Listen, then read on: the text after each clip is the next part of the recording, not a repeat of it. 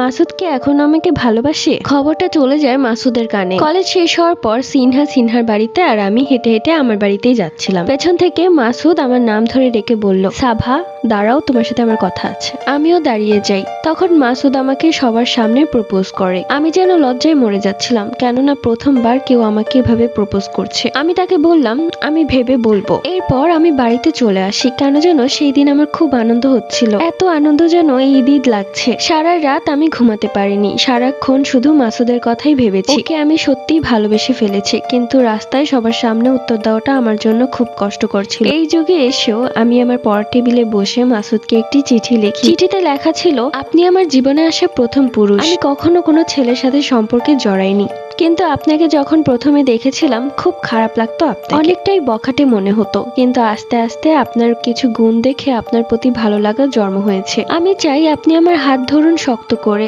এত শক্ত করেই ধরুন যেন আমাদের সম্পর্কটা বিয়ে অবধি যায়। আরো কিছু আবেগ ভরা কথা লিখেছিলাম। পরের দিন সকালে কলেজে যাওয়ার পথে দেখলাম মাসুদ কলেজের গেটে দাঁড়িয়ে আছে। আমি আমার হাত থেকে চিঠিটা নিচে ফেলে সামনের দিকে এগুতে লাগলাম। পেছনে তাকিয়ে দেখলাম মাসুদ আমার চিঠিটা খুলে পড়ছে, আর ওর বন্ধুরা সবাই ওর সাথে মজা নিচ্ছিল। এত কাহিনী হয়ে গেছে, আমি কিন্তু সিনহাকে কিছুই বলিনি, কেননা আমি জানতাম যে সিনহা মাসুদকে কিছুটা পছন্দ করে। তাই আমি চাচ্ছিলাম আমাদের সম্পর্কটা গোপন থাকুক। সিনহা যখন আমার সাথে কথা বলতো মাসুদের বিষয়, তখনই আমি কথাটা ঘুরিয়ে অন্যদিকে নিয়ে যেতাম। যাই হোক, গোপনে হলেও মাসুদের সাথে আমার সম্পর্কটা সুন্দর ছিল। ও প্রত্যেক দিন কলেজ শেষে আমার জন্য দাঁড়িয়ে থাকতো। পারভিন ম্যামের বাসায় গেলেও আমাদের চোখে চোখে কথা হতো, আর ছুটির পর ও আমার পিছু পিছুই যেত আমার বাড়ি অব্দি। সব মিলিয়ে আমাদের প্রেমটা ছিল খুব সুন্দর। আমি মাসুদকে নিয়ে স্বপ্ন দেখতাম সব সময়। মাসুদ ছিল আমার স্বপ্নের নায়ক। প্রথমেই বলেছি, মাসুদ হচ্ছে চালাক চতুর ছেলে।